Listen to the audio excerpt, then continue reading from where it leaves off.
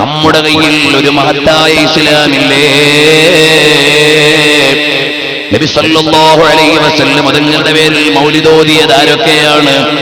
സഹാബത്ത് മുതൽ ഇങ്ങോട്ട് എല്ലാ മഹാന്മാരും മദ്ഹ് ചൊല്ലിയില്ലേ?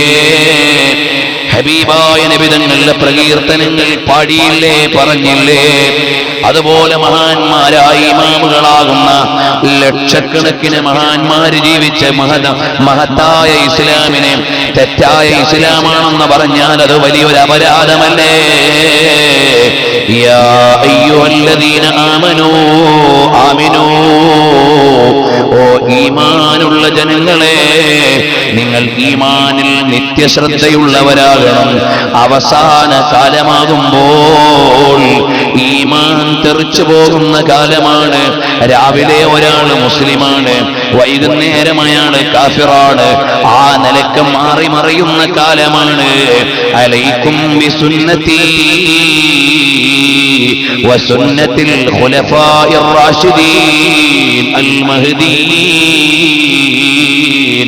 4 ഖലീഫമാര് ജീവിച്ച, മഹാന്മാരായ സ്വഹാബത്ത് ജീവിച്ച, മഹാന്മാരായ ഇമാമുകൾ പഠിപ്പിച്ചു തന്ന മഹനീയമായ ഇസ്ലാമിന്റെ പാരമ്പര്യ വഴിയിലൂടെയാണ് നീങ്ങേണ്ടത്. ഉമ്മമാരെ, ഇന്ന് പള്ളിയിലേക്ക് പെണ്ണുങ്ങളെ വിളിച്ചുകൊണ്ട് പോകാൻ വലിയ മത്സരമാണ്. ആയിഷ റളിയല്ലാഹു അൻഹാ മദീനത്തെ പള്ളിയിൽ ജമാഅത്തിന് കൂടിയിട്ടില്ല, ഒരു ജുമഅക്കും കൂടിയിട്ടില്ല.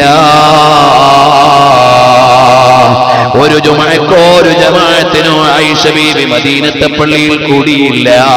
മദീനത്തെ പള്ളിയോട് ചേർന്നുള്ള റൂമിലല്ലേ ആയിഷ ബീവി താമസിച്ചത്? എന്നിട്ട് എന്തേ ആ പള്ളിയിലേക്കൊന്ന് ജമാഅത്തിന് ഇറങ്ങാഞ്ഞത്? എന്തേ അവിടെ ഒരു ജുമഅക്ക് ഇറങ്ങാഞ്ഞത്? അങ്ങനെ പോയില്ലെന്ന് ആരാണ് പറഞ്ഞത്? അതേ ഖുറൈശി കുടുംബത്തിൽപ്പെട്ട ഇമാമുന ശാഫിഈ റളിയല്ലാഹു അൻഹു അല്ലേ പറയുന്നത്? മാ റഅയ്തു അഹദൻ മിൻ നിസാഇ നബി സല്ലല്ലാഹു അലൈഹി വസല്ലം വബനാതിഹി. നബി സല്ലല്ലാഹു അലൈഹി വസല്ലം തങ്ങളുടെ പെൺമക്കളിൽ നിന്ന് ആരെങ്കിലുമോ ഭാര്യമാരിൽ നിന്ന് ആരെങ്കിലുമോ ഒരു ജുമഅക്കോ ഒരു ജമാഅത്തിനോ പങ്കെടുത്തില്ല. അത് പുണ്യമുള്ളതാണെങ്കിൽ അവരല്ലേ പങ്കെടുക്കേണ്ടത്.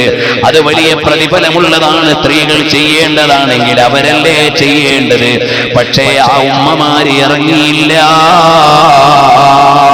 എന്റെ പ്രിയമുള്ള സഹോദരന്മാരെ, എന്റെ പ്രിയമുള്ള സഹോദരിമാരെ, നമുക്ക് പാരമ്പര്യപരമായ ഒരു ഇസ്ലാമുണ്ട്.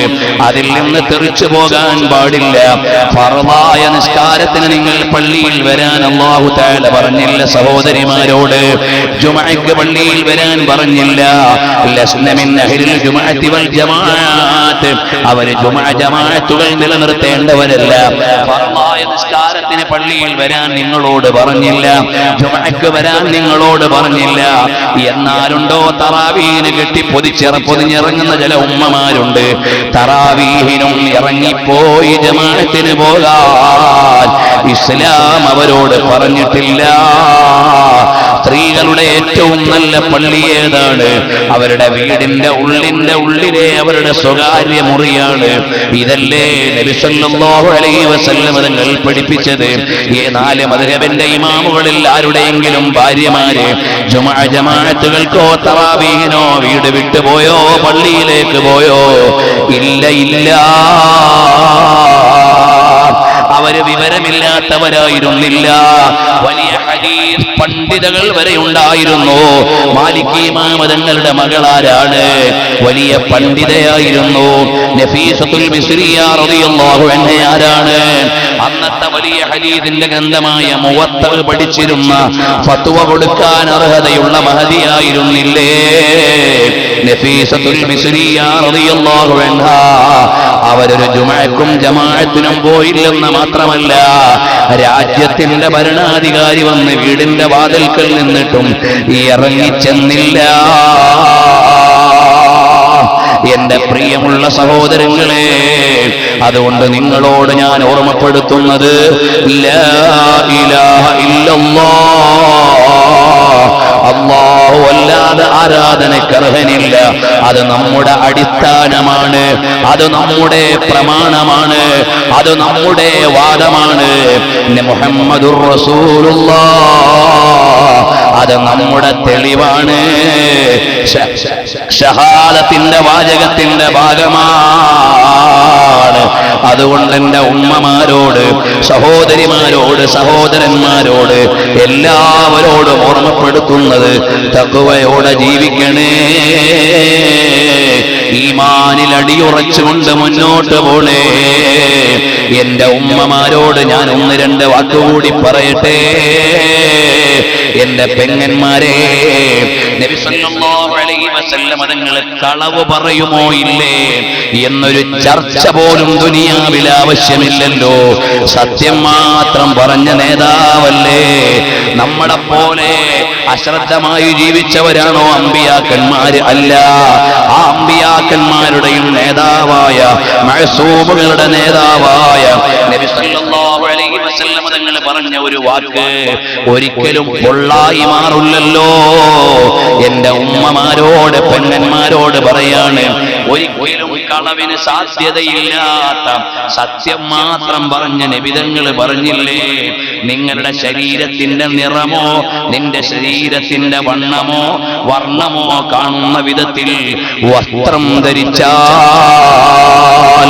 നിസാഉൻ കാസിയാത്തുൻ ആരിയാത്ത്, വസ്ത്രം ധരിച്ചിട്ടുണ്ട് പക്ഷേ ധരിക്കാത്തതുപോലെയാണ് എന്ന് പറഞ്ഞാൽ ചിലപ്പോ ഉള്ളിലുള്ളത് കാണാൻ പറ്റുന്ന നൈസ് വസ്ത്രം ധരിക്കുന്നവരാണ്.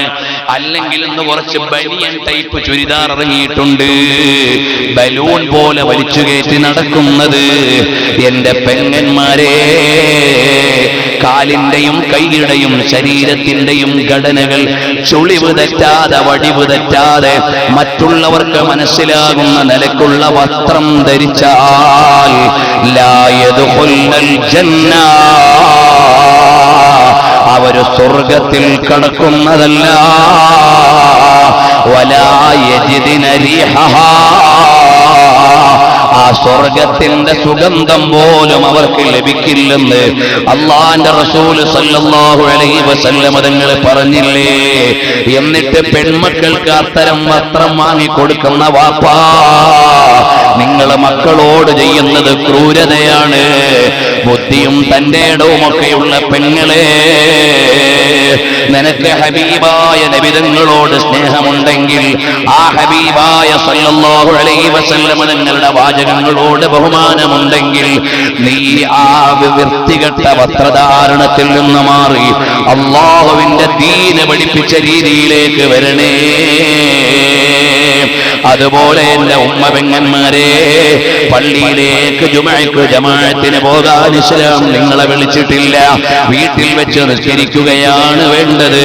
അതുപോലെ തന്നെ മഹാന്മാരായ അമ്പിയാക്കൾ, ഔലിയാക്കളുടെ മഖ്ബറകൾ, മഹാന്മാരുടെ ബറക്കത്ത് തേടിയിട്ട് സന്ദർശിക്കൽ സ്ത്രീകൾക്ക് നല്ലതാണ്.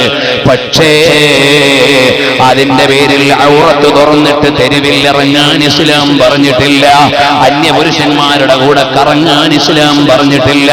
ചില നാടുകളിലൊക്കെ ഉണ്ട് വെക്കേഷൻ ആകുമ്പോ ഏർവാടി യാത്ര, മുത്തുപേട്ട യാത്ര, 40 ദിവസത്തെ യാത്ര, ആണും പെണ്ണും കൂടി കലർത്തിയിട്ട് ബസ്സിൽ ആളെ ഒപ്പിച്ച് യാത്ര നടത്തുന്ന ചില ടൂറുകാരുണ്ട്. അങ്ങനെ ഒരു യാത്രാ പരിപാടിയിൽ ഇസ്ലാമിന്റെ ഒരുപാട് നിയമങ്ങളെ ലംഘിക്കുന്നുണ്ട്. അന്യ പുരുഷനും അന്യ സ്ത്രീയും അതാ ഇടകലർന്ന് യാത്ര ചെയ്യുന്നുണ്ട്. സ്ത്രീകൾ മാന്യമായി ഔറത്ത് മറക്കാതെ യാത്ര ചെയ്യുന്നുണ്ട്. അത് നമുക്ക് പ്രോത്സാഹിപ്പിക്കപ്പെടാൻ പറ്റുന്ന കാര്യമല്ല, അത് നാട്ടിൽ നടപ്പിലാക്കേണ്ട കാര്യമല്ല. ചില നാടുകളിലൊക്കെ ഉറൂസ് എന്ന പേരിൽ, ചന്ദനക്കുടത്തിന്റെ പേരിൽ പല പല കുലുമാലുകളും ബഹളവും നടക്കുന്നുണ്ട്. അതിന് പണ്ഡിതന്മാർ ഉത്തരവാദികളല്ല, ആലിമീങ്ങൾ ഉത്തരവാദികളല്ല. ഞങ്ങളെ കൊണ്ട് കഴിയും പോലെയെല്ലാം അനാചാരങ്ങൾക്കെതിരെ ശബ്ദിക്കാറുണ്ട്. തെക്കൻ കേരളത്തിൽ വലിയ അനാചാരങ്ങൾ നടക്കുന്ന ഒരു ഉത്സവമാണ് ഭീമാപ്പള്ളിയുടെ ഉറൂസിനോട് ചേർന്ന് നടക്കാറുണ്ടായിരുന്നത്. ഞാൻ ആ ഭീമാപ്പള്ളി മഹലിന്റെ പരിധിയിൽ പോയി അതിനെതിരെ സംസാരിച്ചിട്ടുണ്ട്. അവിടുത്തെ ഭാരവാഹികളോട് ഞാൻ സംസാരിച്ചിട്ടുണ്ട്. മതപ്രഭാഷണത്തിന് വിളിച്ചപ്പോൾ പല അനാചാരങ്ങളും ഉള്ള കാരണത്താൽ വരാൻ പറ്റില്ലെന്ന് പറഞ്ഞിട്ടുണ്ട്. കാഞ്ഞിരമുറ്റത്ത് ഞങ്ങൾ പോയി അവിടെ നടക്കുന്ന അനാചാരങ്ങൾക്കെതിരെ അതിന്റെ അടുത്ത് വെച്ചു തന്നെ ഞങ്ങൾ വ്യക്തമായി സംസാരിച്ചിട്ടുണ്ട്. ഞങ്ങൾ പണ്ഡിതന്മാര് പറഞ്ഞ ദീൻ എടുത്തു പറയുന്ന മുതഅല്ലിമീങ്ങളാണ്. എങ്ങനെയാണ് മഹാന്മാരുടെ അനുസ്മരണം നടത്തേണ്ടത് എന്ന് പ്രായോഗികമായി ഞങ്ങൾ കാണിച്ചു കൊടുത്തിട്ടുണ്ട്. അതുകൊണ്ട് തന്നെ സാധാരണക്കാരെ, ദീനിന്റെ ഒരു നിയമങ്ങളെയും നിങ്ങൾ ലംഘിക്കാൻ പാടില്ല. കുറെ ആളുകൾ അതാ ജ്യോത്സ്യന്മാരുടെയും മന്ത്രവാദികളുടെയും ഇടയിൽ ഇങ്ങനെ പോകുന്നുണ്ട്. വല്ലാത്ത കഷ്ടം തന്നെ. ഇസ്ലാമിന്റെ പേരിൽ അസ്മാ രീതിയിലുള്ള ചികിത്സകൾ ഉണ്ട്, അതില്ല എന്നല്ല. വെള്ളം മന്ത്രിക്കലുണ്ട്, നൂല് മന്ത്രിക്കലുണ്ട്, ഫാത്തിഹ ഓതിയിട്ട് ഊതലുണ്ട്. ചില ആളുകൾ അതിന്റെ പേരിൽ ചൂഷണം നടത്തുന്ന കള്ളമന്ത്രവാദികളുണ്ട്. ചിലർ അതിന്റെ പേരിൽ ജ്യോത്സ്യന്മാരുടെ അടുക്കൽ പോകുന്നവരുണ്ട്. ജ്യോത്സ്യന്മാരുടെ അടുക്കൽ പോകാൻ പാടില്ല, കണക്കന്മാരുടെ അടുക്കൽ പോകാൻ പാടില്ല. അതേ സമയത്ത് അല്ലാഹുവിന്റെ അസ്മാഉകൾ ചൊല്ലിയിട്ട് നല്ല രീതിയിൽ അതാ മന്ത്രിക്കുന്നവരുണ്ട്, ചികിത്സിക്കുന്നവരുണ്ട്, ദീനിന്റെ ശിആറുകൾ പാലിക്കുന്നവരുണ്ട്. അവരെ സമീപിക്കുന്നത് കൊണ്ടോ ചികിത്സ ചെയ്യുന്നത് കൊണ്ടോ കുഴപ്പമില്ല. അതേ സമയത്ത് അതിന്റെ പേരിലുള്ള കള്ളനാണയങ്ങളെ സമീപിക്കാൻ പാടില്ല. അല്ലാഹുവിന്റെ ദീൻ അതൊരു മേഖലയിലും ലംഘിച്ചുകൂടാ. ചില ആളുകൾക്ക് ഇതൊന്നും പറയാൻ നേരമില്ല. ഞങ്ങൾ ഇവിടെയുള്ള യാതൊരു അനാചാരത്തിനുമെതിരെ മിണ്ടൂല. കാരണം ഞങ്ങൾ എതിർത്താൽ ഇവിടെ വളർന്നു പോകുമെന്ന് വിചാരിച്ച് ഖബർ വരെ മൗനം ദീക്ഷിക്കുന്ന ആളുകളുണ്ട്. സമുദായത്തിൽ എന്തെല്ലാം അനാചാരം നടക്കുന്നു, സമുദായത്തിൽ എന്തെല്ലാം തെറ്റായ വിശ്വാസം വെച്ച് പുലർത്തുന്നു, അതിനെതിരെ ശബ്ദിക്കാൻ ആളുകളില്ലാത്തൊരു കാലം, വല്ലാത്ത ഘട്ടം തന്നെ. എന്തൊരു ദുഃഖമാണ്. ഉത്തരവാദിത്തപ്പെട്ട ആലിമീങ്ങൾ ആ ദൗത്യം നിർവഹിക്കണം. ഉത്തരവാദിത്തപ്പെട്ട മഹല്ല് ഭാരവാഹികൾ ആ ദൗത്യം നിർവഹിക്കണം. ഓരോ നാട്ടിലുമുള്ള ജനങ്ങൾക്ക് ദീന് പറഞ്ഞു കൊടുക്കണം. അല്ലാതെ അവിടെ വരുന്ന അനാചാരങ്ങളുടെ മുമ്പിൽ മൗനം ദീക്ഷിക്കാൻ പാടില്ല. നമ്മളിത് പറയുന്നത് ഇവിടെ എന്തെങ്കിലും ഒരു സാമ്പത്തിക ലാഭത്തിന് വേണ്ടിയല്ല, നിങ്ങൾ എന്തെങ്കിലും സാമ്പത്തികമായി സഹായിക്കാനല്ല. ഞങ്ങളിവിടെ വേദിയൊരുക്കിയത്, ഞങ്ങളിത് പറയുന്നത് അല്ലാഹുവിന്റെ വജ്ഹിന് വേണ്ടിയാണ്. അല്ലാഹുവേ, ഒരു സംഘാടകരും എന്തു തന്നാലും അതെല്ലാം ദുനിയാവിൽ പരിമിതപ്പെടുന്നതാണ്. ഞങ്ങളിവിടെ നിന്റെ ദീന് പറയുന്നത് നിന്റെ വജ്ഹിന് വേണ്ടിയാണ്. ആ ഒരു ഇഖ്ലാസ് ഞങ്ങൾക്ക് നൽകണേ റഹ്മാനേ. നാല് കഥ പറഞ്ഞ് പാട്ടുപാടി സുഖിപ്പിച്ചു പോകാൻ അറിയാഞ്ഞിട്ടല്ല, പക്ഷേ ജനങ്ങൾ ഹറാമ് ചെയ്യുമ്പോൾ അതിലേക്ക് പെടരുതേ എന്ന് പറയൽ മുത്തഅല്ലിമീങ്ങളുടെ ബാധ്യതയാണ്. നാട്ടിലുള്ള മുസ്ലിമീങ്ങളെ മുഴുവനും മുശ്രിക്കാക്കി തള്ളുമ്പോൾ അത് കടുത്ത തെറ്റാണെന്ന് തിരുത്തി പറഞ്ഞു കൊടുക്കൽ നമ്മുടെ ബാധ്യതയാണ്.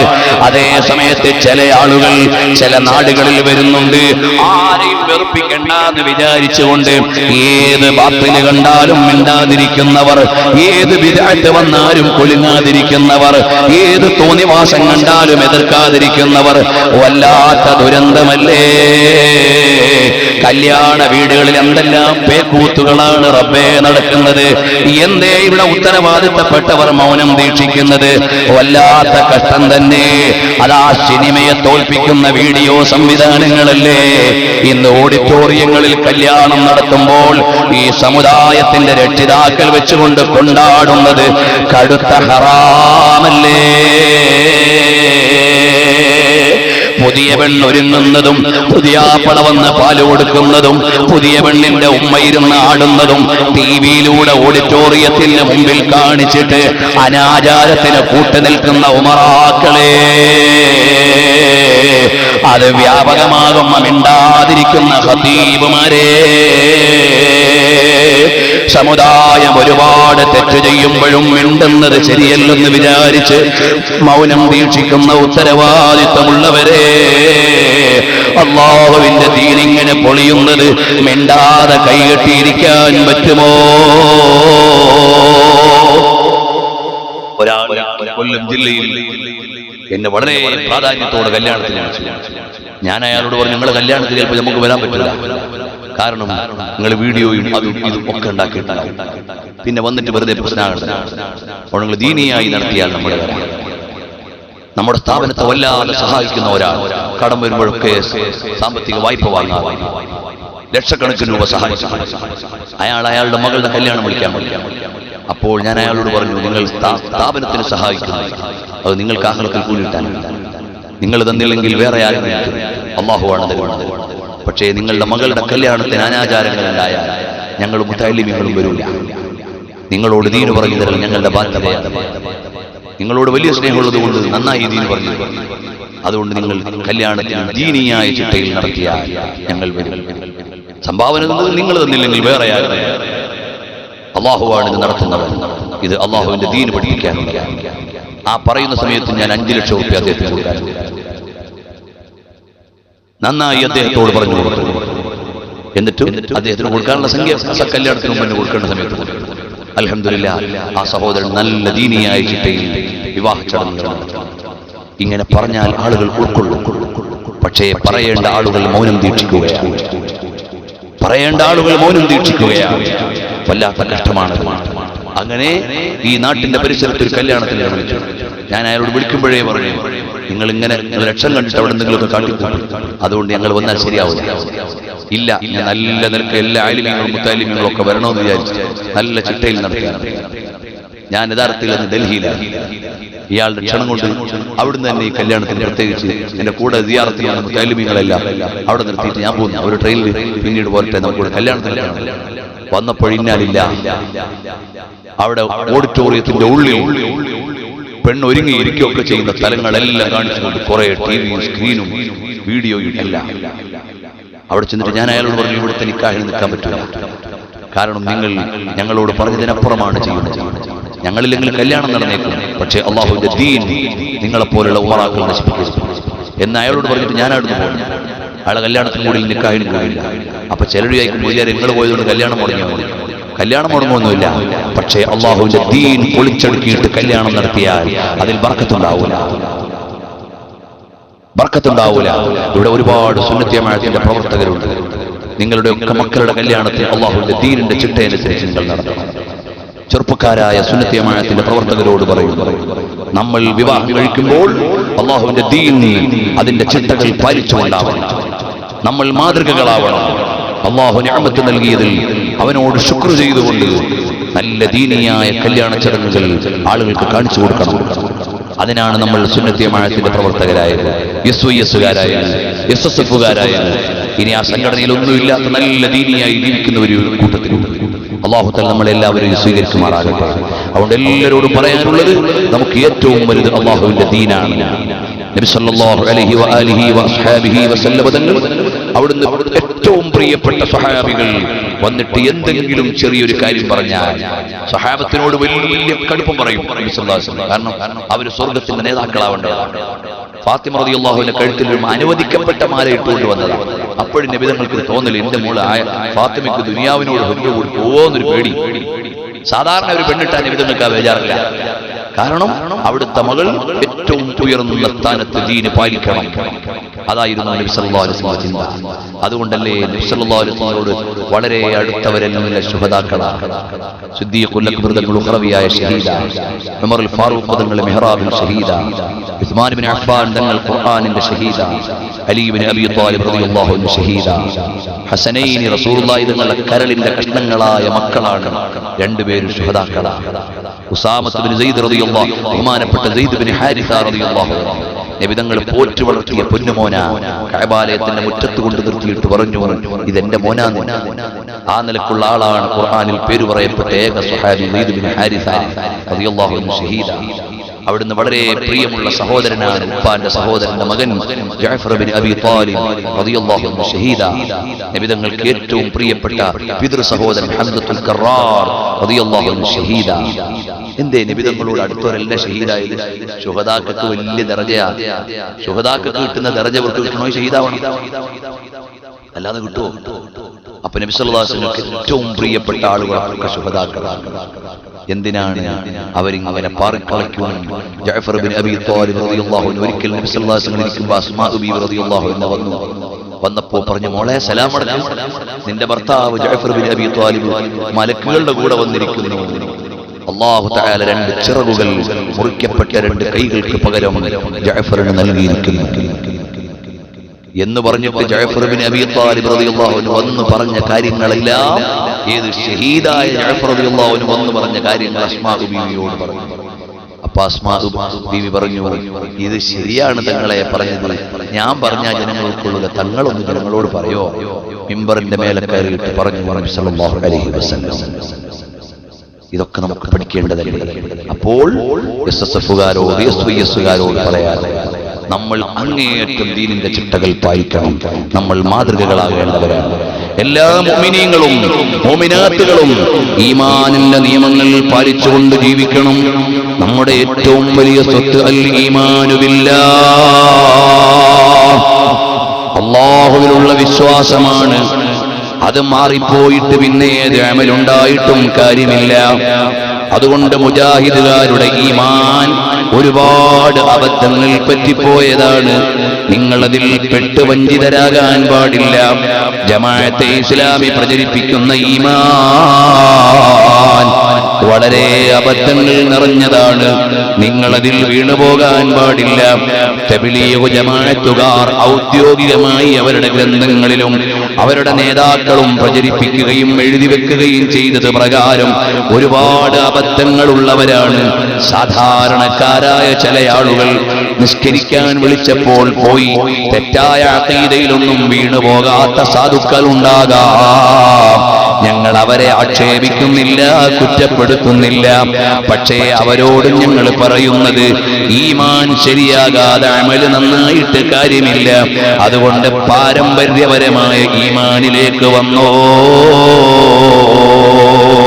അല്ലാഹുവിന്റെ ദീൻ അതാണ് ഏറ്റവും വലുത്.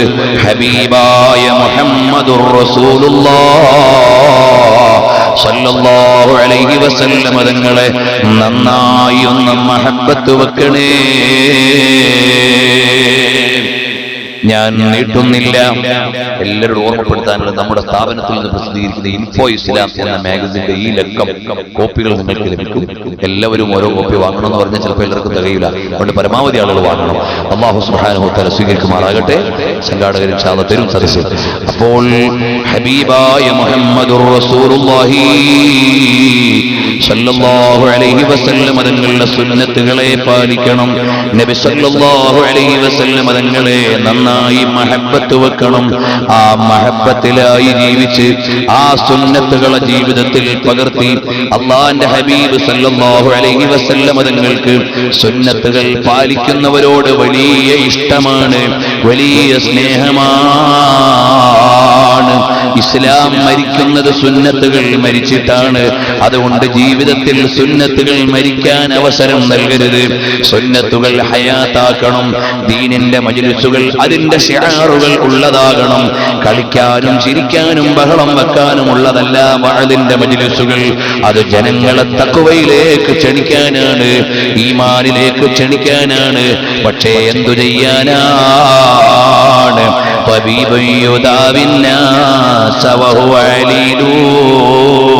ഇന്ന് വഅദ് പറയുന്ന സാധുക്കളായ ഞങ്ങൾ രോഗികളായി പോയി. ഡോക്ടർ തന്നെ രോഗിയായാൽ എന്തൊരത്ഭുതമാണ്. നമ്മുടെ മുൻഗാമികൾ വഅദ് പറഞ്ഞപ്പോൾ നമ്മൾക്ക് ഈമാൻ വർദ്ധിച്ചിട്ടുണ്ട്. തഴവാ ഉസ്താദൊക്കെ വഅദ് പറയുന്ന സദസ്സിൽ ഒരുപാട് ആളുകൾക്ക് അമലുകൾ ചെയ്യാനുള്ള താല്പര്യം വർദ്ധിച്ചിട്ടുണ്ട്. കാരണം അവിടുന്ന് വലിയ ഇൽമിന്റെ ഉടമയായിരുന്നു, വലിയ സ്വലാഹിയത്തിന്റെ ഉടമയായിരുന്നു. അതാണ് നമുക്കവരെ കുറിച്ച് അറിയുന്ന അറിവുകളെല്ലാം. ഇന്ന് വഅദ് പറയുന്നവർ തന്നെ വളരെ വളരെ കുറവുകളുള്ളവരാണ്. അല്ലാഹു നമ്മളെ നന്നാക്കി തരട്ടെ. എല്ലാ സഹോദരങ്ങളും എഴുന്നേറ്റ് ഒരു 2-3 മിനിറ്റ് അടുത്തേക്ക് നിന്നാൽ, പ്രിയമുള്ള സഹോദരങ്ങൾ പുറത്തുള്ളവരൊക്കെ ഹബീബായ മുഹമ്മദുർ റസൂലുള്ളാഹ് സല്ലല്ലാഹു അലൈഹി വസല്ലം തങ്ങളെ മഹബ്ബത്ത് വെക്കണം. അതാണ് നമ്മുടെ ഏറ്റവും വലിയ മരുന്ന്. ഹബീബായ നബി തങ്ങളോടുള്ള ഇഷ്ഖാണ്, മഹബ്ബത്താണ്. ഹബീബായ നബി തങ്ങളെ ഒരു തവണയെങ്കിലും ഒന്ന് കിനാവിൽ കാണണ്ടേ മോനെ. എല്ലാ ഇമാമിയങ്ങളും കണ്ടുപോയി. എന്തേ നിങ്ങളെല്ലാ സദസ്സിലും റസൂലുള്ളാഹി സ്വല്ലല്ലാഹു അലൈഹി വസല്ലം തങ്ങളെ സ്വപ്നത്തിൽ കാണുന്ന കാര്യം പറയുന്നത്? ചില ആളുകൾക്ക് അതിന്റെ മധുരമറിയില്ല, ചില ആളുകൾക്ക് അതിന്റെ രസമറിയില്ല. അവരോട് കുറ്റം പറഞ്ഞിട്ട് കാര്യമില്ല. രാവിലെ ഒരു കാമുകനും ഒരു കാമുകിയും തെരുവിലൂടെ ഇങ്ങനെ കമന്റ് അടിച്ചു പോവുകയാണ്. കണ്ടു നിൽക്കുന്ന ആളുകളോ അവരാക്ഷേപിക്കുകയാണ്. പക്ഷേ അവരനുഭവിക്കുന്ന ഒരു രസമുണ്ട്. അതാണ് അവർ ആസ്വദിച്ചുകൊണ്ട് നടക്കുന്നത്. അത് തെറ്റായ വഴിയായിരിക്കാം. പക്ഷേ സ്വാലിഹീങ്ങളെയും നബിതങ്ങളെയും ഇഷ്ടം വെച്ച ആളുകൾ അനുഭവിക്കുന്ന ഒരു മധുരമുണ്ട്, ഒരു രസമുണ്ട്. അത് അനുഭവിക്കേണ്ട രസമാണ്, അത് പറഞ്ഞു തരേണ്ട രസമല്ല, അത് കൊള്ളേണ്ട രസമാണ്. അല്ലാഹുവേ, ആരെങ്കിലും ഒരാൾ അല്ലാഹുവിനെയും റസൂലിനെയും ആരെങ്കിലും ഒരാൾ അല്ലാഹുവിനെയും റസൂലിനെയും ഏറ്റവും ഇഷ്ടപ്പെട്ടാൽ വഖദ് ദാഖ ഹലാവത്തൽ ഈമാൻ, അവൻ ഈമാനിന്റെ മധുരം രുചിച്ചവനാണ്. വല്ലദീന ആമനൂ അശദ്ദു ഹുബ്ബൻ ലില്ലാഹ്, ഈമാനുള്ളവർ അല്ലാഹുവിനെ വല്ലാതെ ഇഷ്ടം വെച്ചവരാണ്. അല്ലാഹു എന്തൊരു ഔദാര്യവാനാണ്, നമുക്ക് എല്ലാം തന്ന റബ്ബല്ലേ. അവൻ തന്ന കിഡ്നിയുടെ വില അറിയുന്നത് അത് കേടുവരുമ്പോഴല്ലേ, അവൻ തന്ന ഹാർട്ടിന്റെ വില അറിയുന്നത് കംപ്ലൈന്റ് വരുമ്പോഴല്ലേ, അവൻ തന്ന കണ്ണിന്റെ വില അറിയുന്നത് കാഴ്ച കുറയുമ്പോഴല്ലേ. എന്തൊരു റബ്ബാണ്, എന്തൊരു റഹീമാണ്, എന്തൊരു ഔദാര്യവാനാണ്. അവൻ തന്ന വെള്ളം കുടിച്ച്, അവൻ തന്ന വായു ശ്വസിച്ച്, അവൻ തന്ന ഭൂമിയിൽ നടന്ന്, അവൻ തന്ന ഭക്ഷണം കഴിച്ച്, അവൻ വിലക്കിയ തെറ്റു ചെയ്തിട്ടും അവൻ നമ്മളെ ലോകത്ത് വെച്ച് ശിക്ഷിച്ചില്ലല്ലോ. അവനെന്തൊരു ഔദാര്യവാനാണ്. അവൻ തന്ന ഭക്ഷണം കഴിച്ചല്ലേ നമ്മൾ ജീവിക്കുന്നത്, അവൻ തന്ന വായു ശ്വസിച്ചല്ലേ നമ്മൾ ജീവിക്കുന്നത്. ആ ഖാലിഖായ റബ്ബ് ചെയ്യരുതെന്ന് പറഞ്ഞ പലതും ചെയ്തിട്ട് അവനോട് അവരുടെ നടപടിയെടുക്കുന്നവനായിരുന്നെങ്കിൽ, അവൻ ഔദാര്യമില്ലാത്തവനായിരുന്നെങ്കിൽ എനിക്കും നിങ്ങൾക്കും ഇവിടെ ജീവിക്കാൻ അവകാശമില്ല. എന്തൊരു റഹീമാണ്, എന്തൊരു റഊഫാണ്. അവൻ തന്നതിനെ കുറിച്ചൊന്നും ഞാൻ ചിന്തിച്ചില്ലല്ലോ. ചെറിയൊരു കാലുവേദന നിൽക്കുമ്പോൾ അനുഭവിച്ചപ്പോഴാണ് അവൻ ഇത്രയും കാലം തന്ന ആരോഗ്യത്തിന്റെ വിലയറിഞ്ഞത്. ചെറിയൊരു പള്ളവേദന വന്നപ്പോഴാണ് വേദനയില്ലാത്ത ദിവസങ്ങളുടെ കാര്യമറിഞ്ഞത്. എന്തൊരു റബ്ബാണ് അല്ലാഹ്. നിന്നെ ഓർത്ത് പിടയ്ക്കുന്ന ഒരു കൽബ് തരണം റഹ്മാനേ. നിന്റെ ജലാലത്തിനെ ചിന്തിക്കുന്നൊരു മനസ്സ് തരണം റഹ്മാനേ. നീ വലിയ റഹീമാണ്, നീ വലിയ അഫ്വാണ്. അല്ലെങ്കിൽ ഞങ്ങൾക്ക് ഇവിടെ ജീവിക്കാൻ അവകാശമില്ല. നീ തന്ന നാവ് കൊണ്ട് ഞങ്ങൾ കളവ് പറഞ്ഞു, നീ അപ്പോൾ തന്നെ നാവൂരിക്കളയുന്നവനാണെങ്കിൽ ഞങ്ങൾക്ക് നാവുണ്ടാകുമായിരുന്നില്ല. നീ തന്ന കണ്ണുകൊണ്ട് ഞങ്ങൾ നീ വിലക്കിയത് കണ്ടുപോയി. അപ്പോഴേ നീ കാഴ്ച എടുത്തു കളഞ്ഞെങ്കിൽ ഞങ്ങൾക്കിവിടെ ആർക്കാണ് കണ്ണുണ്ടാവുക? അല്ലാഹ്, നീ എന്തൊരൗദാര്യവാനാണ്, നീ എന്തൊരൗദാര്യവാനാണ്. നിന്റെ അനന്തമായ പൊറുക്കൽ ഞങ്ങൾക്ക് തരണം റഹ്മാനേ. നിന്റെ വിട്ടുവീഴ്ച ഞങ്ങൾക്ക് തരണം റഹ്മാനേ. നിന്റെ റഹ്മത്തിന്റെ ചിറക് ഞങ്ങൾക്ക് അനുവദിച്ചു തരണം റഹ്മാനേ. ഉമ്മമാരെ നല്ലതുപോലെ ചിന്തിച്ച് ജീവിച്ചോ. അല്ലാഹുവിനെ മറന്നിട്ട് തെരുവിൽ ടൂ വീലറിൽ കറങ്ങി അന്യപുരുഷന്റെ മുമ്പിൽ തെരുവ് തെണ്ടുന്ന ചില സഹോദരിമാരുണ്ട്. ഒരിക്കലും അനുവദിച്ചുകൂടാത്ത കാര്യമാണ്. വഖർന ഫീ ബുയൂതികുന്ന വലാ തബറജ്ന തബറുജൽ ജാഹിലിയ്യത്തിൽ ഊലാ വഅഖിംനസ് സ്വലാ. കോളേജ് കുമാരിമാർക്ക് ടൂ വീലർ വാങ്ങിക്കൊടുത്തിട്ട് വാപ്പമാര് ഗമനടിച്ച് നടക്കുന്നു. എന്തൊരു ധിക്കാരമാണ് നിങ്ങൾ ചെയ്തത്. ജാഹിലിയ്യ കാലഘട്ടത്തിൽ പെണ്ണ് ഔറത്ത് തുറന്നിട്ട് തെരുവ് തെണ്ടിയപ്പോ നബിതങ്ങളല്ലേ ചിട്ടയിൽ പെണ്ണിനെ വീട്ടിലേക്ക് കൊണ്ടുവച്ചത്. ആ പെണ്ണിനെയല്ലേ നീ തെരുവിൽ ഇറക്കിയത്. ഭാര്യയ്ക്ക് ടൂ വീലർ വാങ്ങിക്കൊടുത്തിട്ട് ഗമയിൽ നടക്കുന്ന ഭർത്താവേ, നീ അല്ലാഹുവിനെ മറന്നുപോയോ? രാവിലെ ടൂ വീലറും എടുത്ത് അരയും തലയുമൊക്കെ തുറന്നിട്ട് അതാ തെരുവിൽ കറങ്ങുന്ന പെങ്ങളെ, നീ റസൂലുള്ളാഹിനെ മറന്നുപോയോ? ഹബീബായ തങ്ങളെ വിട്ടുമറന്നുപോയോ? ആ മുത്തുനബി തങ്ങളുടെ മകള് ഫാത്തിമ ബീവി അവിടുത്തെ ശരീരത്തിന്റെ ഒരു ഭാഗവും ഒരന്യപുരുഷനും കണ്ടില്ലല്ലോ മോളെ. ആയിഷ ബീവി നബി സല്ലല്ലാഹു അലൈഹി വസല്ലം തങ്ങൾ വഫാത്തായി 4 ഖലീഫമാരുടെയും ഭരണം കഴിയുന്നത് വരെ ജീവിച്ചിട്ടും ഒരന്യപുരുഷന്റെ മുമ്പിലും ഇറങ്ങിയില്ലല്ലോ മോളെ. അവരല്ലേ സ്വർഗത്തിലെ നേതാക്കൾ, അവരല്ലേ സ്വർഗത്തിലെ നായകിമാർ, അവരുടെ പിന്നിലല്ലേ നമുക്ക് പോകേണ്ടത്. അതുകൊണ്ട് ഉമ്മമാരെ നല്ല ചിട്ടയിൽ ജീവിക്കണമെന്ന് അല്ലാഹുവിന്റെ പേരിൽ ഞാൻ നിങ്ങളോട് നസീഹത്ത് ചെയ്യുകയാണ്. തഖ്വയുണ്ടാകണമെന്ന് ഞാൻ എൻ്റെ നഫ്സിനോടും നിങ്ങളോട് ഓർമ്മപ്പെടുത്തുകയാണ്. അല്ലാഹുവേ, ഈമാൻ ഞങ്ങൾക്ക് വർദ്ധിപ്പിച്ചു തരണം റഹ്മാനേ. ഹബീബായ നബി തങ്ങളോട് ഞങ്ങൾക്ക് ഹുബ്ബ് നൽകണം റഹ്മാനേ. എല്ലാ ഇമാമീങ്ങളും റസൂലുള്ളാഹിനെ കണ്ടുപോയി. ഞങ്ങൾക്കും ഒരുപാട് തവണ ഹബീബിനെ ഒന്ന് കാണണം. കണ്ടില്ലേ ഇമാമുന തബരി റഹിമഹുല്ലാഹ്, ലോകത്തറിയപ്പെട്ട മുഫസ്സിറല്ലേ, തഫ്സീറിന്റെ പണ്ഡിതന്മാരിൽ വലിയ അത്ഭുതമല്ലേ.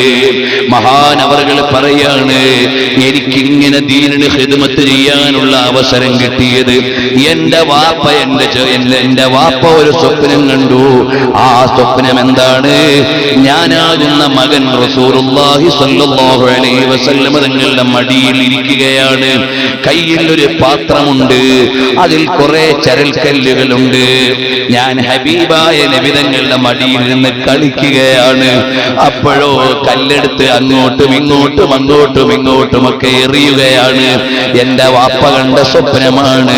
ഞാനാകുന്ന മകൻ മുത്തുനബി തങ്ങളുടെ മടിയിൽ ഒരു കളിപ്പാത്രത്തിൽ കല്ല് വെച്ച് എറിഞ്ഞ് കളിക്കുന്നു, പുറത്തേക്ക് ഇങ്ങനെ എറിയുന്നു. അക്കാലത്തെ ആലിമീങ്ങളോട് അതിന്റെ വിശദീകരണം ചോദിച്ചപ്പോൾ അവര് പറഞ്ഞ മറുപടി, നിങ്ങളുടെ മകൻ നാളെ ഇൽമിന്റെ വലിയ കേന്ദ്രമാകും. അതാ വളരെ ഗഹനമായ ഇൽമിന്റെ രഹസ്യങ്ങൾ ലോകത്ത് സാധാരണക്കാർക്കും വലിയവർക്കും പറഞ്ഞു വിതരണം ചെയ്യുന്ന ആളാകുമെന്ന് ആ സ്വപ്നത്തിന്റെ വ്യാഖ്യാനം ഇമാമിങ്ങൾ പറഞ്ഞു കൊടുത്തു. അതുപോലെ തന്നെ ഇമാമുന തബരി റഹിമഹുല്ലാഹി മാറിയില്ലേ. ശാഫി ഇമാം തങ്ങൾ സ്വപ്നത്തിൽ ഹബീബിനെ കണ്ടില്ലേ. അഹ്മദ് ബിൻ ഹംബൽ ശൈബാനി തങ്ങൾ കണ്ടില്ലേ. ആ ഇമാമിങ്ങളെല്ലാം കണ്ടത് പറഞ്ഞ ബർക്കത്ത് കൊണ്ട് ഒരുപാട് തവണ ഞങ്ങൾക്കും റസൂലുള്ളാഹിനെ കണ്ട് അല്ലാഹുമ്മ അരിഫ്നാ വജ്ഹഹു, അല്ലാഹുമ്മ അരിഫ്നാ വജ്ഹഹു, അല്ലാഹുമ്മ അരിഫ്നാ വജ്ഹഹു. അവിടുത്തെ മുഖം നന്നായി കണ്ട് മനസ്സിലാക്കി നാളെ പരലോകത്ത് ചെല്ലുമ്പോൾ അനസ് ബിൻ മാലിക് തങ്ങൾ ഓടിച്ചെല്ലുന്നതാണ്. അനഹുവൈദി മുഖഉലൈ, ഓ തങ്ങളെ, തങ്ങൾക്ക് സേവനം ചെയ്ത കുഞ്ഞനസാണ് നബിയേ എന്ന നിലക്ക് ഓടിച്ചെല്ലുമ്പോ അതിന്റെ പിന്നിൽ അനസ് ബിൻ മാലിക് തങ്ങളെ ഇഷ്ടം വെച്ച് പറഞ്ഞവരാണ് ഞങ്ങൾ എന്ന നിലക്കൊന്ന് ഓടിച്ചെന്ന് മുത്തുനബി തങ്ങളുടെ കാൽക്കലൊന്നു വീഴാൻ കൊതിയുണ്ട് റബ്ബേ. യോഗ്യതയില്ല, നീ ഔദാര്യം ചെയ്യണം റഹ്മാനേ, ഔദാര്യം ചെയ്യണം റഹ്മാനേ. ഉമ്മമാരെ നന്നായി സ്വലാത്ത് ചൊല്ലണം, തഖ്വയോടെ ജീവിക്കണം, അന്യപുരുഷന്മാരുമായി ഇടപെടരുത്, നിസ്കാരം ഖളാ ആക്കരുത്, സീരിയൽ കണ്ട് നേരം കളയരുത്, അന്യപുരുഷന്റെ ജനാസ പോലും കാണരുത്, പുരുഷന്മാര് അന്യ സ്ത്രീകളുടെ ജനാസ കാണരുത്. ഇസ്ലാം വിലക്കിയ കാര്യമാണ്. ചിട്ടയോടെ ജീവിക്കണം, തഖ്വയോടെയാകണം. ഞാൻ വഅദ് പറയാൻ അർഹനല്ല, ഞാൻ തന്നെ വലിയ മോശക്കാരനാണ്. ഈ കൂട്ടത്തിൽ ഏറ്റവും മോശക്കാരൻ ഞാൻ തന്നെയാണ്. കാരണം ജനങ്ങളെ ഉപദേശിക്കുന്നുണ്ട്, പക്ഷേ വലിയ തഖ്വയോടെ ജീവിക്കാൻ കഴിയാത്തൊരു സാധുവാണ്. നിങ്ങളൊക്കെ നിങ്ങൾക്ക് ദുആ ചെയ്യണം. അല്ലാഹുവേ, കബുറ മഖ്തൻ ഇൻദല്ലാഹ് അള്ളാഹുവിന്റെ കോപം ലഭിക്കുന്ന ചില വഴുതുകാരുണ്ട്. അക്കൂട്ടത്തിൽ ഞങ്ങളെ പെടുത്തരുത് റഹ്മാനേ. ഞങ്ങൾ ഇമാമിങ്ങളെ പോലെ വഴുതു പറയാൻ അർഹരല്ല. പക്ഷേ ആ ഇമാമിങ്ങളുടെ പേര് പറയാൻ കൊതിക്കുന്നവരാണ്. അതുകൊണ്ട് ഞങ്ങളെ ഒന്ന് നന്നാക്കി തരണം റഹ്മാനേ. ഞങ്ങൾക്ക് വഴി കാണിച്ചു തന്ന വലിയ ഇമാമിങ്ങളുണ്ട്, അവരുടെ ഖാദിമീങ്ങളാക്കണം റഹ്മാനേ.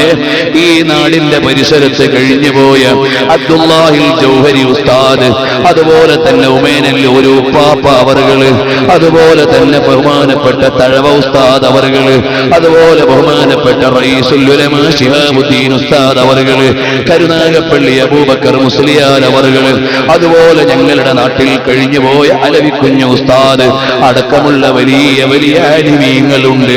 അവരുടെയൊക്കെ ദറജ ഉയർത്തണേ റബ്ബേ. അവര് തന്ന ദീന് തെറ്റില്ലാതെ പറഞ്ഞു കൊടുക്കാൻ ഞങ്ങൾക്കൊരു ഭാഗ്യം തരണേ റബ്ബേ. ഞങ്ങൾക്കൊന്ന് ഔദാര്യം ചെയ്യണേ റബ്ബേ. ഞങ്ങൾക്ക് കിതാബ് പറഞ്ഞു തന്ന ഉസ്താദുമാരുണ്ട്. എന്റെ ഒരു ഉസ്താദ് അവറുകൾ മരണപ്പെട്ടതിന്റെ ആണ്ടിന്റെ ദിവസങ്ങളാണ്. തരുവർ അഹ്മദ് മുസ്ലിയാര് നവ്വറല്ലാഹു മർഖദഹു ദറജ ഉയർത്തണേ അല്ലാഹ്. അതുപോലെ എന്റെ പ്രിയപ്പെട്ട പിതാവ് ബഹുമാനപ്പെട്ട അബ്ദുൽ ജലീൽ മുസ്ലിയാർ ഞങ്ങളുടെയൊക്കെ ഉസ്താദ് കൂടിയാണ്. അവിടുത്തെയും സ്ഥാനമാനങ്ങൾ അല്ലാഹുവേ ആഖിറത്തിൽ ഉയർത്തി കൊടുക്കണേ റബ്ബേ. ഇത് ഞാൻ പറയുമ്പോൾ സാധാരണക്കാരായ കൂട്ടുകാര്, വാപ്പമാര് മരിച്ചവരുണ്ട്, ഉമ്മമാര് മരിച്ചവരുണ്ട്. അവരുടെയും ഖബർ നീ വെളിച്ചമാക്കണേ റബ്ബേ. മൗലായ സല്ലി വസല്ലിം ദായിമൻ അബദാ അലാ ഹബീബിക ഖൈറിൽ ഖൽഖി കുല്ലിഹിം.